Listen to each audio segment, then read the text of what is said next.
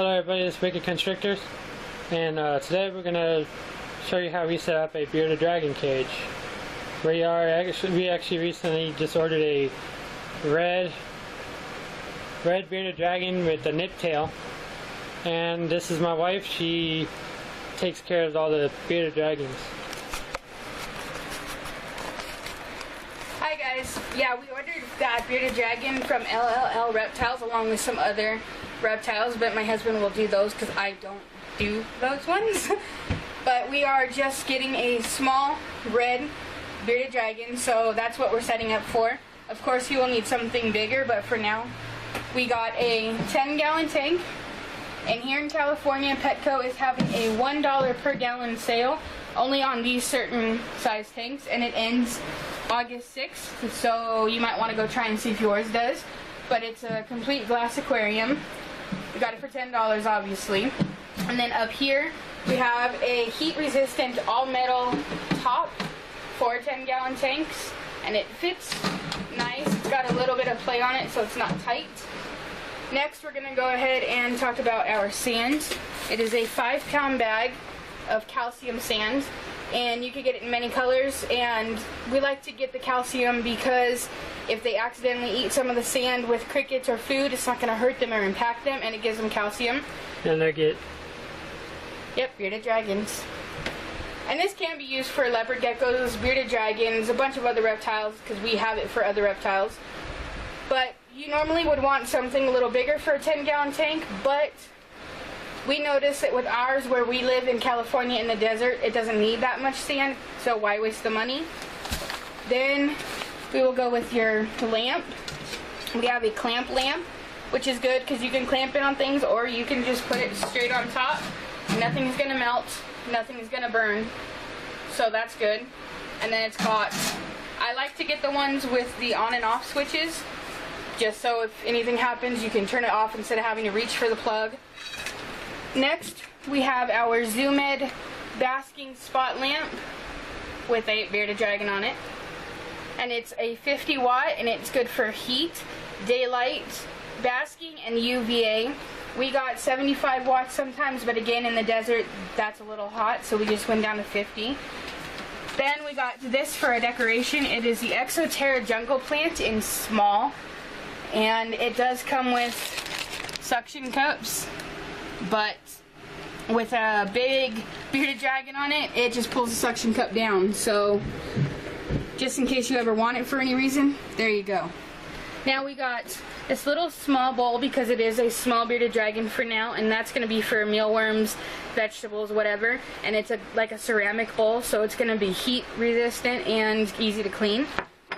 Then we got this bowl here, which we use also for some baby ball pythons and stuff because it's nice and it won't tip over, but it's a good bathing bowl. So that's what it looks like. It's nice and stable, and one side is a little, I don't know if you can tell, but one side's a little taller than the other. And then what else you're gonna need to clean out one is some sanitizing wipes, then some wet paper towels, dry paper towels. We have scissors and a bag to throw all your trash in, and like my husband was telling me, no bleach, no soap. You want to make sure you use this because they do not have bleach in them, which is kind of bad for any kind of reptile, snakes, anything. If you don't get it all out, it's bad. So we like to wipe this down in there to make sure everything's done, and then we go through with some wet paper towels to get off any residue, and then with dry paper towels. So we will pause and be right back.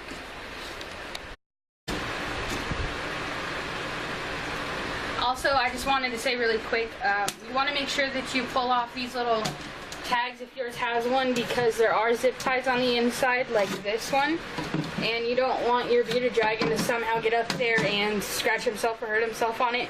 So if you do get anything like these that have zip ties on them, or these plants sometimes will have like little metal bits sticking out, you want to make sure you look over it and make sure that there's nothing that can stick them, poke them, or hurt them. Just be careful because you spent money on this thing and you want it to be safe. So we'll be right back.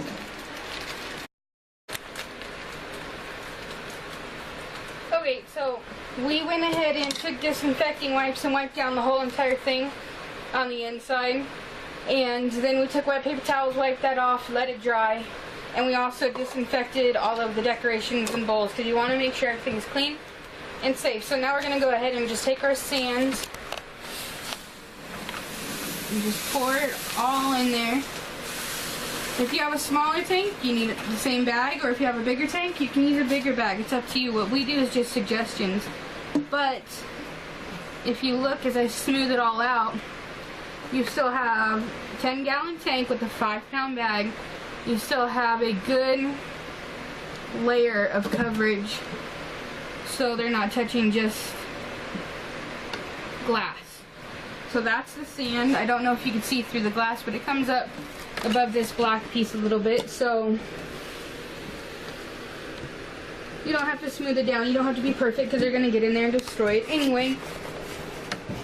Next thing that you want to do is you want to kind of look inside your tank and decide what you want to do, how you want to put your decorations and your bowls and stuff. It's a preference of your own, but do remember that bearded dragons like to make their home their own. So if you put something in the corner and they don't like it, they will knock it down. They will move stuff. So just remember, it will only stay that way for a little while. What we like to do is we like to take these plants because they're a little bit longer on the bottom.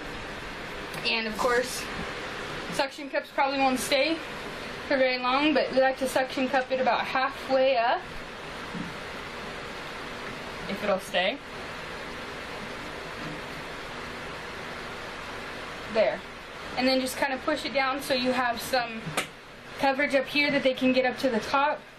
And then just a little bit down here that they can get back in there and hide. See, there's just a little bit of room back there that they can hide in if they need to.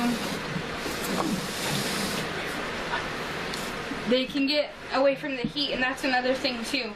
You want to have a hot side and a cold side, because they, of course, are desert animals, and they like heat, but they also can't be in the heat all day, every day. So that's another thing that you need to be considerate of. You need to make sure that when you put, wherever you put your light, you want to take your water bowl and you want to put it on the other side so the water won't get hot and so it won't evaporate very fast. So I'm going to put it over here. Just wiggle my water bowl in there a little bit, just like that. So it's kind of in and it's not going to move around too much, and they can get into the water and bathe, I guess. Drink, bathe, whatever. You want to put your food bowl somewhere too that's kind of away from the light so the vegetables don't get all bad. And if you do put mealworms or something in there, they're not going to get too hot.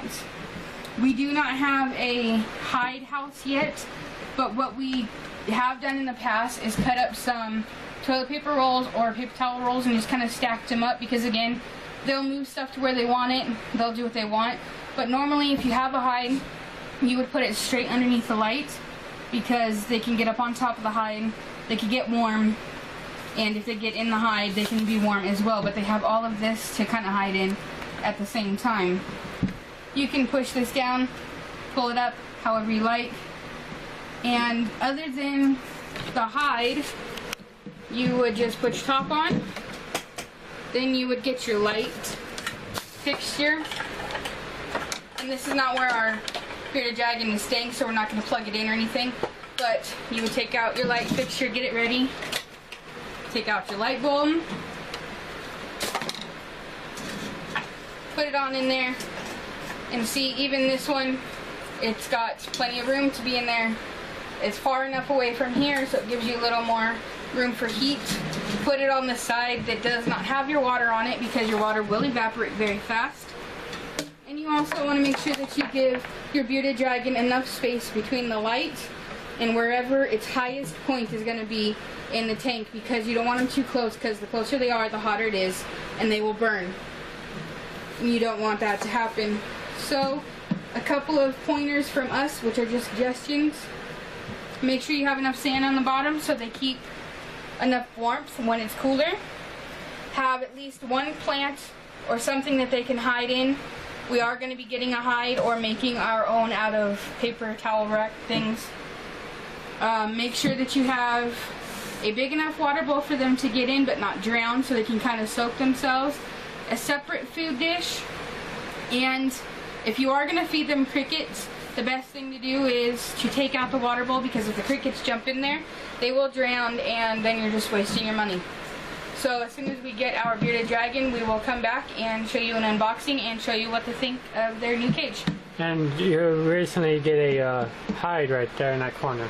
Yeah, we need to get a hide still. So other than that, we hope you enjoyed this video. If you did, give it a thumbs up and we'll be back. Bye.